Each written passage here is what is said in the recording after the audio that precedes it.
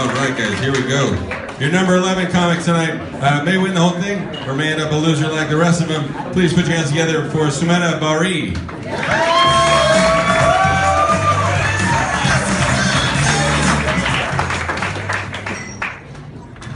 Hey, how's everyone doing tonight? So I'm going to tell you a little bit about myself. My name is Sumedha Bahri. Try saying that 3 times fast. I just moved from Boston like 5 months ago. Bostonians, yeah? They told us it was going to be warmer, right? Holy crap. And I am a first-generation Indian American. Which means my folks came from India about 43 years ago or so. And like most Indian kids, my dad really wanted me to be a doctor. But I was a little bit of a rebel. After I graduated from college, I looked at my dad in the eye and I was like, I'm not going to med school, Dad. I'm going to law school. Because in the rest of the world, rebels end up in jail. In the Indian world, rebels end up as lawyers. And that was me, the Indian rebel. I was the one who sat in the back of my AP calculus class in 6th grade. Playing Tetris on my scientific calculator.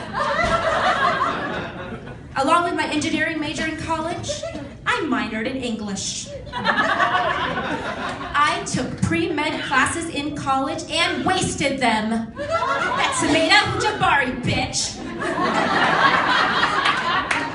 So I'm a mommy. Mommy's in the house? Yes. I have a 3.5-year-old little boy. He's awesome. And one of the first dilemmas I had when I was pregnant was, what should I name him? You know, there's always that pressure of like, oh, should I give him the Indian name? And then people are like, hey, give him the Indian name and give him the American name too. The thing is, I'm not really into that. I'm not really into like the whole, hello, my name is Vishwadhara Nomvati Ramayan Bala Singh Kumar, but you can call me Mike. Not my thing. And I truly believe that names sort of like set you up for success, because it's like the first perception people have of you is your name. And I've always loved the name Dylan because, you know, all throughout movies, you know, TV, I've always seen like this cool, brooding James Deany character as Dylan. So I've never seen a dorky Dylan before, so I named my son Dylan. Which is great, except for the fact that nobody believes me. So they see my son and they're like, oh my God, he's so cute, what's his name? I'm like, Dylan. They're like, Dileep? No, Dylan. Is it Deepak, like Deepak Chopra? No, it's Dylan, like Bob Dylan. Is it pronounced Dylan? No, it's Dylan, you asswipe. So, talking about my precious child brings back memories of Lamaze classes. Anyone? I guess barely any of you have kids. So, just to tell you, Lamaze classes are those super like sweetie, cutie things that the new mommies and daddies go to, and they're taught the miracle of childbirth. And part of it's like, you know, giving men sort of the experience or what to expect for the women, basically. And my Lamaze teacher had the men in class put a clothespin on the tip of their noses for 15 minutes to get them to experience the pain of childbirth. Do you know what a clothespin on the tip of your nose is compared to childbirth? It's like an angel wing gently brushing your cheek. It's like a Shakespearean poem on a spring day. I'll tell you what childbirth feels like, men.